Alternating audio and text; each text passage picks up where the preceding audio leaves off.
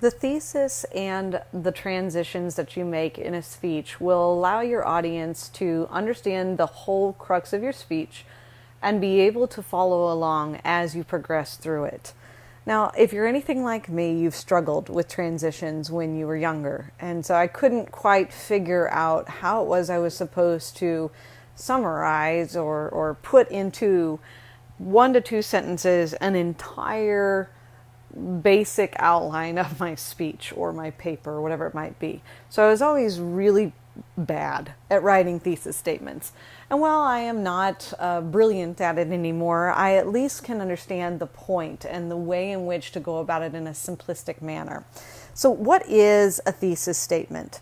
In a sentence or two that describes the purpose of the speech, you have a thesis statement. So again, this is basically the general overview of your major purpose of the speech. So you have to decide, what is it that I want to achieve with this speech? If you're doing, say, an informative speech on a new playground that's opening up down the street, you might say, I'm here, or I want to inform my audience of a playground that is opening up down the street. That's your purpose. That's the general idea, to inform them on this topic.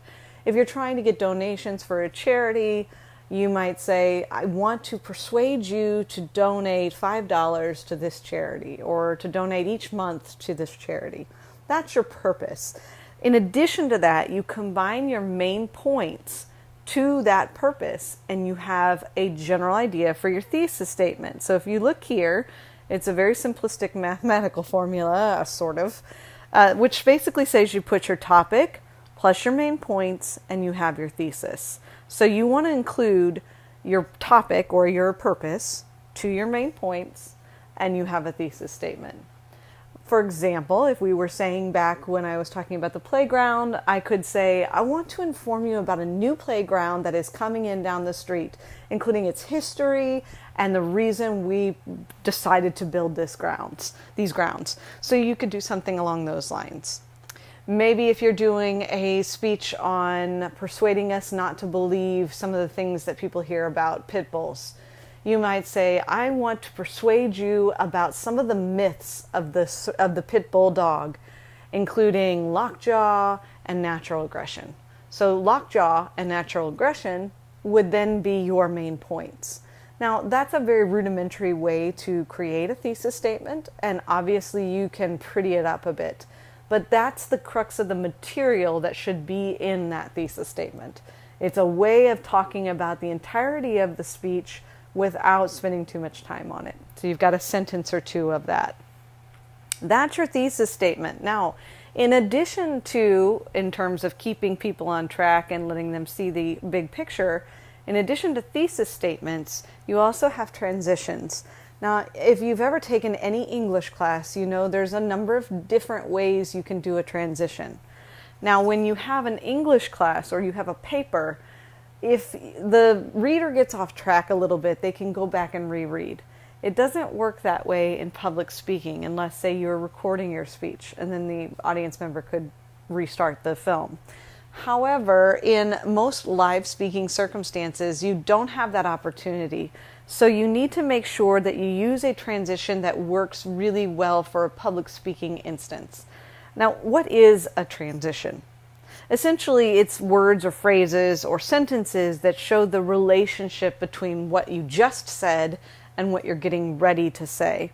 Now, good transitions are absolutely essential for a public speech. Because as I said, we are not able to go back and reread something.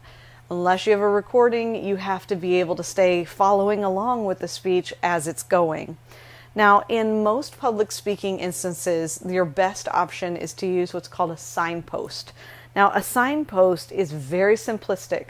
If you've ever seen a cartoon or gone to an area, a fork in the road, where you've seen those two posts that cross each other, one points in one direction and says, hey, this town's in that direction, and the other one points opposite and says, this town is in this direction. That's essentially what a signpost does for a speech. It says, now that you've seen what we have come from, where we've come from, let me show you where we're going. So it's saying, here's the direction you came from and here's the direction you're going. So for example, with the pit bull speech, I might say, now that you have heard thoroughly about the lockjaw myth, let's take a look at natural aggression.